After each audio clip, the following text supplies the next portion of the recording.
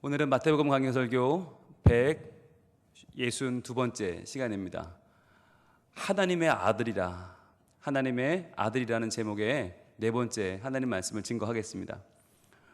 우리가 지금 참으로 긴 시간 동안 예수님의 산상수훈, 그 초입, 서두이자 실은 모든 내용을 함축하고 있는 팔복을 보고 있어요. 그 가운데서 오늘이 이제 7번째 복인 화평하게 하는 자의 복, 바로 하나님의 아들이라고 일컬음을 받는 하나님의 귀한 자녀들에게 주시는 복, 바로 화평하게 하는 자의 복 마지막 시간인데요. 이제 복이 하나 남았어요. 오늘 끝나면 하나 남아요. 마지막 8번째 복인 의를 위해 박해받는 자의 복이 남아있는데, 다음 시간부터 잠시 이 시리즈를 잠깐 멈추고 다음 주부터 한 달 동안, 7월 한 달 동안 저희가 특별한 시간을 좀 가지려고 해요. 수요 예배 시간에. 네, 한번 띄워주시죠. 뭐냐면 바로 다음 세대 모든 여름 행사를 위한 기도회, 다 모여 기도회입니다. 여러분 기억나시죠? 작년에 저희가 다 모여 기도회를 어떻게 했냐면 평일날 각자 개인적으로 오셔서 시간을 내서 각자 기도하시고, 토요일날 하루 시간을 내서 전교인이 모여 함께 기도했었거든요. 이번에는 평상시에 모이기가 지금 쉽지 않은 상황이 되었어요. 그래서 그러면 수요예배 시간에 모이자. 수요예배 시간에 우리가 모여서 한 부서 한 부서씩 집중적으로 좀 기도하는 시간을 가지려고 해요. 그래서 7월 1일 다음 주는 제가 전체 이번 여름 행사 전체를 놓고 말씀 전하고 기도하는 시간 갖겠고요. 그 다음 주 7월 8일에는 유치부가 주관이 돼서 유치부 교사들, 학부모들, 가능하면 학생들도 오면 좋겠지만 그 부서가 주관이 돼서 또 전교인이 함께 그 부서를 응원하며 기도하는 날로 보내려고 하고요. 그리고 7월 15일 주간은 어린이부, 그래서 안기천 목사님이 말씀 전하시고 기도 인도하시고, 7월 22일은 청소년부 주관으로 이슬기 목사님이 말씀 전하시고 기도 인도하시고, 또 7월 29일은 청년부 주관으로 이동수 목사님께서 말씀 전해주시고 기도 인도하시는 시간을 가져서 우리 온 교인이 시간을 내도 좋고요, 물질을 내도 좋지만 제일 중요한 건 기도를 내는 것입니다. 그래서 다음 세대 여름 행사를 위해서 우리가 모든 여름 행사를 위한 다 모여 기도회 7월 한 달간 하려고 합니다. 여러분들 지금부터 마음에 내가 이 기도회는 꼭 나와야겠다, 내가 이 각 부서를 위한 올 여름 성령의 역사를 기도로 지원하는 자리는 빠지면 안 되겠다라는 생각을 여러분 꼭 다짐해 주시기를 부탁드리는 마음으로 이 광고를 먼저 드렸습니다. 감사합니다. 자, 우리가 이제 지난주에 화평하게 하는 자가 복이 있다라는 말씀을, 이 복선언을 들으면서 이게 얼마나 엄청난 이야기인가. 여러분 이게 말이 됩니까? 우리가 하나님의 자녀, 하나님의 아들이라고 일컬음 받는다는 게, 이게 아무리 들어도 우리는 이게 참 납득이 안 되지 않습니까? 여러분 만약에 길거리를 지나가는데 누가 나 짝 붙잡고 당신 하나님의 아들입니까? 당신 하나님의 딸입니까? 그러면은 대번 그럼요 라고 하시겠어요? 아니면 제가 글쎄요 이러시겠어요? 여러분 우리는요 참 아직도 어색해요. 내가 하나님의 자녀, 내가 어떻게 해? 예수님이나 되니까 하나님의 아들이지, 나는 하나님의 저 고종 사촌의 사돈의 8촌쯤 되면 모를까, 하나님의 아들, 하나님의 딸, 이런 말이 너무너무 우리는 이게 어색하고 아직 와닿지를 않아요. 난 너무 부족해 보이고 난 너무 멀었다는 생각이 자꾸 들잖아요. 그래서 우리가 지난주에 어떻게 우리가 하나님의 아들, 하나님의 딸이라는 것을 알 수 있는가라고 하는 것, 우리가 무엇을 통해서 이것을 확인할 수 있고 이것을 선언할 수 있는가, 선포할 수 있는가 하는 것을 지난주에 봤어요. 그러면서 무슨 얘기를 했냐면, 하나님의 아들이라고 하는 이 개념 자체가 창세기에 처음 나온다고 그랬죠. 창세기 6장에 나온다고 했어요. 창세기 6장에서 노아의 홍수가 시작되기 바로 직전에 이 일이 벌어지는데, 바로 하나님의 아들들이 사람의 딸들을 보고 눈에 보이는 사람마다 모두 아내로 삼는, 그러니까 하나님의 아들들, 셋의 후손이 가인의 후손인 사람의 딸들에게 온통 빠져들어서 그들을 마음대로 약탈하고 마음대로 끌어다가 아내를 삼는 일이 벌어졌어요. 자, 그러자 하나님이 매우 실망하셨죠. 그러면서 내가 나의 영을 영원히 그들과 함께하지 않게 하겠다라고 하는 징계를 내리셨어요. 그게 이제 우리에게 하나님의 영이 떠나가게 되는, 즉 하나님의 아들들이라는 정체성을 잃어버리게 되는 순간이었죠. 여러분, 그래서 이 창세기 6장에 무슨 사건이 벌어지냐면 노아의 홍수로 노아의 가족 외에는 다 물에 쓸려가 죽고 맙니다. 온통 온 세계가 멸망하는 거죠. 그리고 다시 출발하게 되죠. 근데 여러분, 하나님에게 있어서 하나님의 아들들이 사람의 딸들에게 한눈 팔고 그들에게 어울리는 것은, 이것은 참을 수 없는 굉장히 큰 범죄였죠. 이때 우리가 지난주에 마음을 나눴는데 바로 마음과 생각과 계획이었죠. 하나님이 보실 때 인간의 마음과 생각과 계획이 전부 악하다. 왜? 하나님의 영이 떠났기 때문에. 하나님의 영이 떠나고 우리는 다만 육신이 되어버렸기 때문에 우리는 정말 하나님이 보실 때 이건 뭐 너무 죄악에 관영해서 어디부터 어디까지 손을 댈 수가 없어요. 싹 쓸어버렸어요. 자, 그러면서 우리가 하나님의 아들이라고 하는 정체성을 잃어버렸죠. 자, 그래서 우리가 그러면 잃어버린 하나님의 정체성이라는, 아들이라는 정체성을 어떻게 하면 다시 회복할 수 있을까? 공부를 하면 될까? 노력하면 될까? 돌을 닦으면 될까? 다 아니라고 그랬죠. 그러면서 우리가 지난주에 로마서 8장 말씀을 주목해 봤었습니다. 로마서 8장 14절 말씀이죠. 바로 이 말씀을 우리가 봤는데 같이 읽을게요. 무릇 하나님의 영으로 인도함을 받는 사람은 곧 하나님의 아들이라. 아멘. 자, 떠나셨던 하나님의 영이 돌아오셨어요. 성령님이 돌아왔어요. 어떻게? 예수 그리스도께서 십자가의 죽으심으로 말미암아 보혜사, 우리를 도우시는 하나님의 영 성령님이 다시 돌아오셨단 말이죠. 그래서 태초에 천지를 창조하셨던 그 성령님께서 다시 우리 인간에게 오셔서 그분의 인도함을 받는 사람들마다 곧 하나님의 아들이라 라고 하는, 다시 한번 믿음의 정체성을 회복하게 되었습니다. 그러니까 여러분, 우리가 하나님의 아들이다, 하나님의 딸이다라고 할 때 이걸 내가 증명하는 게 아니란 말이에요. 이걸 내가 확인시키는 게 아니라 이걸 누가 확인시켜 주시는가? 바로 성령님께서. 그러니까 우리는 성령님의 인도를 따라가면 돼요. 그분의 인도하시면 따라가면 되는데, 그렇다면 이게 성령님의 인도를 따라간다는 말이 무슨 말이냐? 바로 그 다음 절 15절에서 이렇게 말씀을 했었죠. 같이 읽을게요. 시작. 너희는 다시 무서워하는 종의 영을 받지 아니하고 양자의 영을 받았으므로 우리가 아빠 아버지라고 부르짖느니라. 자, 우리가 전에는 예수 그리스도께서 십자가에 죽고 우리가 구원 얻기 전까지는 우리는 무서워하는 종의 영이 있었어요. 하나님의 영이 떠나신 자리에 종의 영이 우리를 지배해서, 이 무서워하는 종의 영은 뭐였냐면 두려움으로 이끄는 영이라고 했어요. 그래서 하나님이 날 벌하실지 몰라, 난 부족하니까 나는 정죄받을 거야, 나는 심판받을 거야 라고 하는 두려움의 영. 그래서 두려워서 신앙생활하는, 하나님이 무서워서 혼날까봐 종교생활하는 그런 모습으로 살았어요, 사람들이.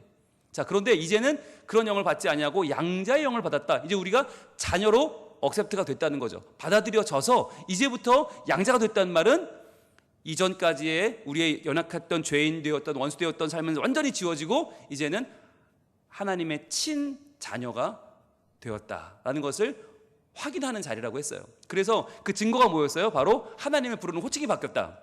그 전까지는 천지를 창조하신 우리의 너무나 높으신 그런 하나님이었는데 이제는 아빠, 아버지가 되었다는 거예요. 그래서 우리가 아빠, 아버지라고 부를 수 있는 우리의 호칭이 바뀌었다고 하는 것이 우리가 성령의 인도를 받는다는 증거고, 이것이 우리가 하나님의 아들이 되었다는 증거라고 했는데, 자, 이제 오늘은 여기서 출발합니다. 여기부터 이 말씀부터 출발을 할 거예요. 자, 다시 한번 띄워주세요. 이 말씀이 두 가지 면에서 우리가 주목해 볼 필요가 있어요. 왜 이 말씀이 우리가 주목할 필요가 있냐면, 첫 번째는 마지막 부분이에요. 우리가 아빠, 아버지라고 부르느니라예요? 아니면 아빠, 아버지라고 부르짖느니라예요? 부르짖느니라죠. 부르짖는다는 게 뭐예요? 여러분, 우리가 이 본문을 끝까지 안 읽어요. 아빠, 아버지란 말이 너무 충격적이라서 그냥 아빠, 아버지라고 부르느니라로 이해해버려요. 즉, 우리가 하나님을 아빠 또는 아버지라고 부를 수 있게 되었다, 이게 너무 기쁘니까 그 다음 말은 잘 안 읽어요. 그런데 여러분, 부르짖느니라라고 하는 이 단어는요, 굉장히 중요한 단어예요. 여기서 부르짖느니라, 여러분, 이 단어가 크라조라는 단어인데, 이 크라조는요 애타게 부르짖는다는 뜻이에요. 즉, 하나님을 그냥 부르는 것을 우리가 기도한다라고 해석한다면, 부르짖는 건 통성기도입니다. 찢어질 듯이 부르는 거예요. 정말 그냥 아버지, 아빠 이게 아니고요. 아버지 하고 부르는 거. 이게 크라조거든요. 그러니까 이게 무슨 말이냐면 이 아빠 아버지라고 부르짖는이라는 그냥 하나님을 아빠라고 친숙하게 아버지라고 부를 수 있는 정도가 아니고 그분에게 내 가장 절실한 필요가 있다. 그분이 나를 가장 내 필요한 부분을 채워주신다는 거예요. 그러니까 조금 친숙하고 조금 가까운 사이야 이게 아니라 그분은 나의 가장 필요한 걸 채워주시는 분이야 라고 하는 거죠. 그리고 우리가 하나님께 기도할 때 어떻게 기도하세요? 어떤 분들은 너무 큰 문제는 엄두가 안 나서 기도를 못해요. 이건 너무 큰 문제라 아이고 이건 하나님 안 들어줄 것 같아. 또 어떤 건 너무 작아서 치사해서 기도 못하는 분들이 있어요. 그러니까 웬만한 것만 기도합니다.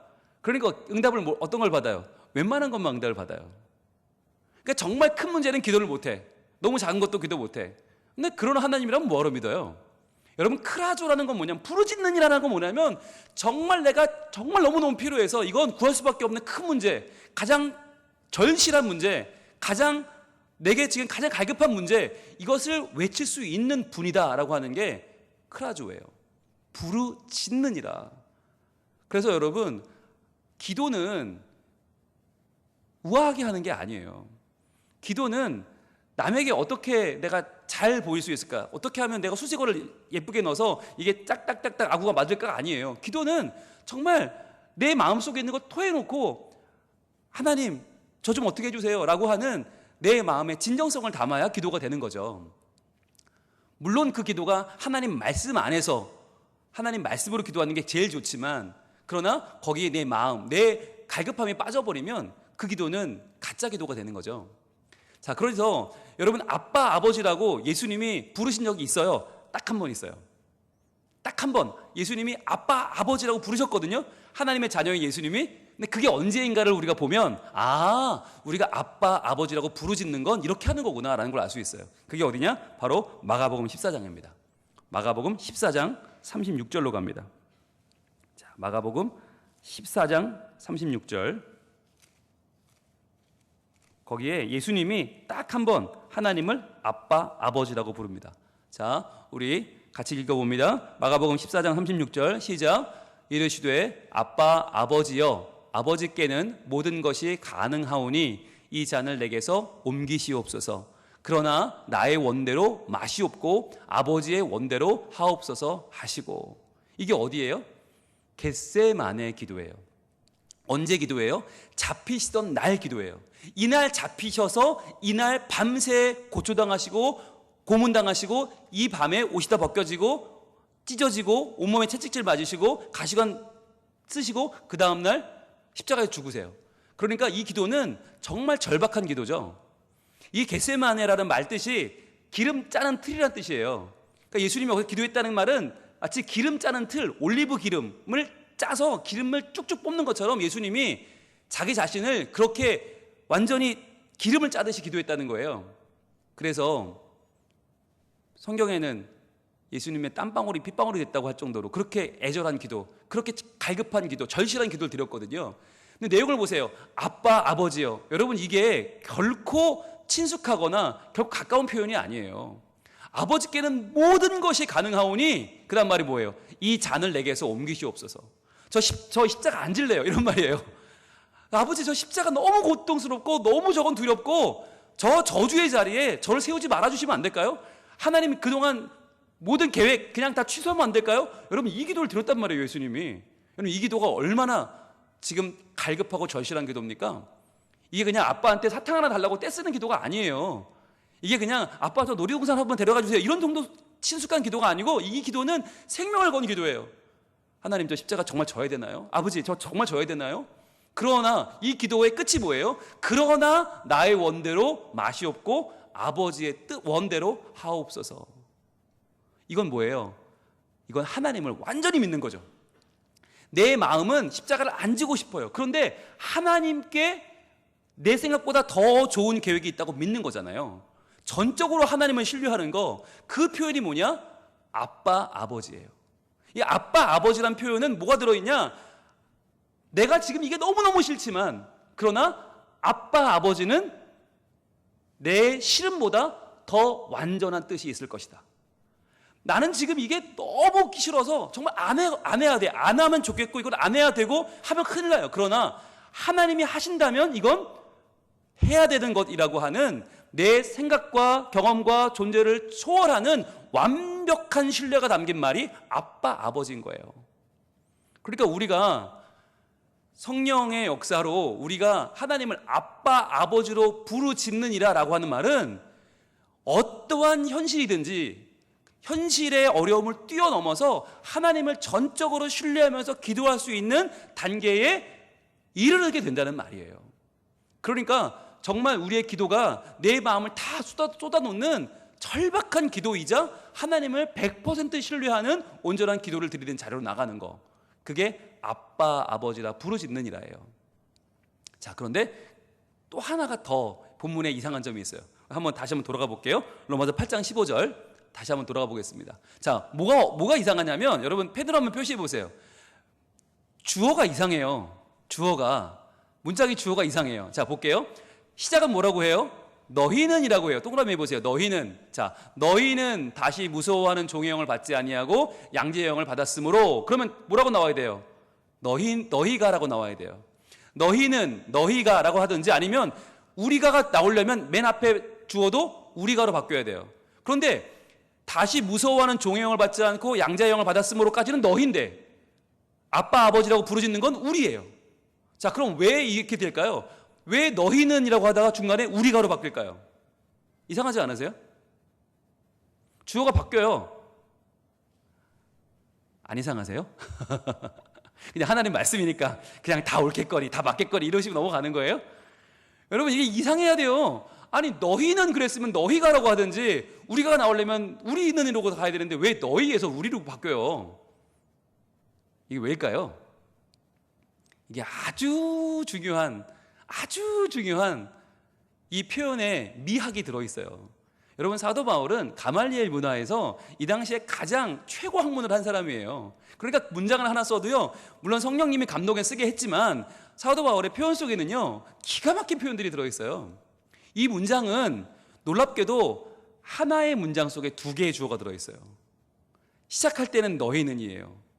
자, 너희는 다시 무서워하는 종의 영을 받지 않고 양제의 영을 받았으므로. 자, 이 변화, 종의 영에서 양제의 영으로 변화되는 이 과정까지는 너희였어요. 우리가 아니에요. 너희였어요. 이거는 나와는 별개의 문제, 나와는 전혀 관계없는 그냥 제3자 너희들이었어요. 그런데 우리가 종의 영을 받지 않고 이제 양자의 영을 받아서 하나님 자녀가 된 그 뒤로부터는 우리가 되는 거예요. 이제는 너도 아니고 그들도 아니고 우리가 되는 거죠. 이제부터는 우리가 아빠, 아버지라고 부르짖는 신앙의 공동체가 됐다는 거예요. 여러분, 이 이후로는 너희가 안 나옵니다. 이 이후로는 16절, 17절, 18절 계속해서 우리 계속 우리예요. 왜? 더 이상은 너희가 없는 거예요. 종의 영을 받았을 때는 너희였어요. 그때는 상관없었어요. 너는 너, 나는 나, 각자 도생이었어요. 뭐 네가 죽든 네가 코로나 걸리든 뭐 네가 무슨 일 당하든 아무 상관없어. 나만 잘 되면 돼. 너희들, 우리들이었는데 이제는 너희가 없고 다 우리예요. 자, 가볼게요. 16절로 가봅니다. 16절 다음 절입니다. 성령이 친히 우리의 영과 더불어 우리가 하나님의 자녀인 것을 증언하시나니. 자, 동그라미 보세요. 우리의 영과 더불어 우리가 하나님의 자녀인 것을 증언하세요. 성령께서. 이제는 우리가 하나님의 자녀가 되었잖아요. 여러분, 이 본문이 마태복음 5장 9절이 말씀드렸어요. 복수형이라고 그랬어요. 원문에는 화평하게 하는 자들은 복이 있다고 그랬죠. 화평하게 하는 자 한 명이라면 그분은 당연히 예수님이죠. 그러나 화평하게 하는 자들이 복수기 때문에 예수님 한 분이 아니라 그분을 구주로 믿고 따르는 그분의 모든 백성들이 다 들어간다고 그랬죠. 그래서 이 문장에는 끝도 하나님의 아들이라 일컬음을 받을 것이미요도 복수형이에요. 그래서 하나님의 아들들이라고 일컬음을 받는 자들이 될 것이다. 복수예요. 그 복수가 누구냐? 우리예요. 우리. 이제는 우리라는 거예요. 그래서 성령이 친히 우리의 영과 더불어 우리가 하나님의 자녀인 것을 증언하시나니. 여러분, 이것이 우리가 하나님의 자녀라고 할 때 굉장히 중요한 신앙 공동체입니다. 한 아버지를 아버지라고 고백하는 자들은 누구냐? 우리라는 공동체에서 더 이상은 분리될 수 없고 나뉘어질 수 없는 하나인 것이에요. 그래서요, 여러분, 우리가 같은 하나님을 아버지로 모시고 있기 때문에 형제고 자매인 것이에요. 여러분, 교회 안에서 우리가 형제 자매라고 부를 때 어떤 마음을 가지고 부르세요? 네, 형제님, 자매님이라고 부를 때 무슨 마음을 가지고 부르세요? 여러분, 이 원어의 뜻보다, 우리가 원래 쓰는 말보다 굉장히 다운그레이드된 말이 형제님, 자매님이에요. 우리 교회 안에서 부를 때 청년을 부르거나 아니면 새신자를 부르거나 집사님이 아닐 때, 마땅하게 부를 말이 없을 때 형제님 그렇게 말을 합니다. 마땅하게 부를 말이 없어요. 권사님한테 여러분 자매님이라고 하세요? 장로님한테 형제님이라고 하세요? 아유, 그러다가 멱살 잡히게요? 그러다가 잘하면 여러분 딱이 맞아요. 목사님한테 형제님 이렇게 해보셨어요? 안 하잖아요. 왜 안 합니까? 목사님은 목사님이니까, 장로님은 장로님이니까, 집사님은 집사님이니까. 그러니까 뭐 아무것도 아닌 사람한테만 형제님, 자매님이라고 부르지, 나이가 한참 어리거나 부를 말이 딱히 없으면 형제님, 자매님. 그러니까 그 말 속에 뭐가 들어있냐? 나는 네 형제가 아니지만 마땅히 부를 말이 없구나. 그러니까 너는 형제. 이렇게 부르는 거 아니에요, 솔직히. 나는 네 자매 절대 아니거든. 난 너보다 훨씬 잘났거든. 난 집사야. 그런데 너는 직책이 없으니까 그냥 자매라고 부를게. 이거 아니에요. 그런데 원래 그런 말입니까? 아니죠. 형제님이라고 부를 때, 자매님이라고 부를 때 뭐예요? 아빠가 같다는 말이잖아요. 우리는 한 아버지 밑에서 자라고 있는 한 아버지의 사랑을 받은 자녀입니다. 이런 고백이 얼마나 귀한 고백인지 몰라요. 옆에 있는 분 한번 바라보세요. 자, 그분의 직책에 관계없이, 장로님이든 집사님이든 권사님이든 관계없이, 아무런 직분이 없는 분도 좋습니다. 활짝 웃으면서 불러주세요. 형제님, 자매님 불러주세요. 자, 빨리. 형제님, 자매님, 민서 형제님, 찬미 자매님 2층에 감사합니다. 여러분, 저한테도 이제 여러분 내키는 대로 부르시면 됩니다. 담임 목사님 안 하셔도 되고요. 형제님 하셔도 됩니다. 융희 형제님 얼마나 좋아요, 그죠? 우리 안수 형제님 괜찮으시죠? 우리 미애 자매님 괜찮으시죠? 여러분, 이게 형제님, 자매님이 굉장히 좋은 말이에요. 우리가 하나님의 자녀인 것을 누가 증언하십니까? 성령이 증언하신대요. 이게 여러분 보통 일이에요? 아니, 성령님은 증언하시는데 우린 증언 안 해. 나는 끝까지 권사야. 나는 죽어도 장로야. 어딜 감히 네가 나한테 형제래. 여러분, 우리는요 절대 용납을 못해요. 내가 담임 목사인데 어디 감히 담임 목사한테 형제님이라고 그래. 내가 목사 선수 받은 게 몇 년 차인데. 이러면서 우리는 꼼짝도 안 하려고 그래요. 그러면서 희미하고 잘 모르겠으면 형제님, 자매님. 이거 아니죠. 여러분, 성령이 우리의 영과 더불어 우리가 하나님의 자녀인 걸 증언하신다. 이게 무슨 말이냐면 우리가 하나님 자녀라고 하는 사실이, 형제 자매라는 사실이 너무너무 귀해서 이건 성령님이 가만히 있지 못한다는 거예요. 증언하지 않으면 가만히 있을 수 없을 정도로 귀중한 일이다.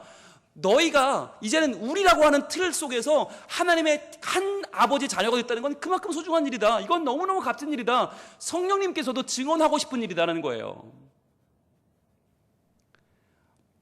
성령님이 증언을 하시는데 그러면 어떻게 또 이어집니까? 그 다음 17절에 이렇게 이어집니다. 자, 그리고 우리 동그라미 하고 계시죠? 자, 17절 시작. 자녀이면 또한 상속자, 곧 하나님의 상속자요 그리스도와 함께한 상속자니 우리가, 동그라미, 우리가 그와 함께 영광을 받기 위하여 고난도 함께 받아야 할 것이니라. 아멘. 자, 우리만큼 중요한 단어가 또 나왔어요. 그게 뭐예요? 함께예요. 함께. 자, 우리의 동그라미 하시고 함께의 동그라미 하시고 또 함께 동그라미 해보세요. 함께가 2번 나왔어요. 여러분, 우리라고 할 때 정말 중요한 건 함께예요. 함께. 근데 이 함께가 누구랑 함께냐? 첫 번째는 예수님과 함께고 그리스도와 함께한 상속자. 그리스도와 함께한 상속자. 여러분, 이게 왜 중요하냐면 그리스도와 함께 십자가에 죽는다는 거예요.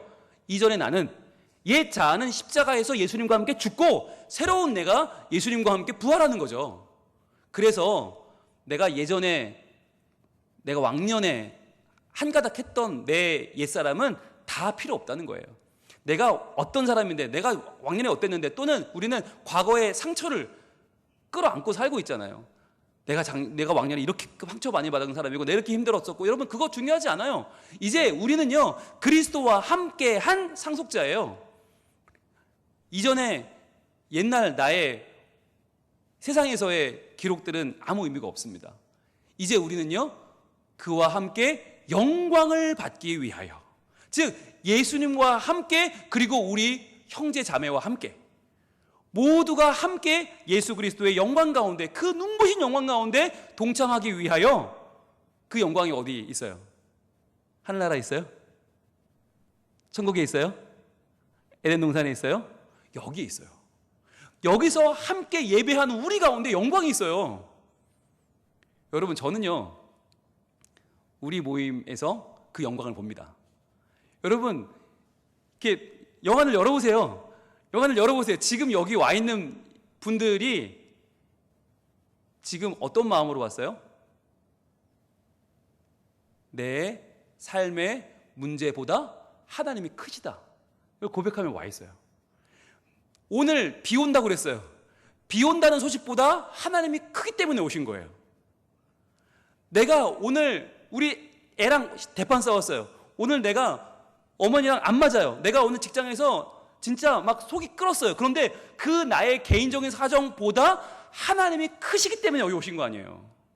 여러분 그게 뭐예요? 그게 하나님의 영광을 누리는 거예요. 그분의 영광에 동참하는 거예요. 여러분 그 영광을 보며 우리가 지금 예배하는 거예요. 그 영광의 말씀 앞에 서 있는 거예요. 그게 여러분 보통 일입니까? 여러분 보통 일이 아니에요. 이거 굉장한 뉴스예요. 저도 오늘 이 자리에 올라오면서 여러분 몇 명 왔나 별로 중요하지 않아요. 여러분이 마스크 쓰고 저를 무섭게 쳐다보는 거 아무렇지 않아요. 뭐 어때? 여러분 저를 째려보면 어떻고, 여러분 저를 뭐 어떻게 보시면 상관없어요.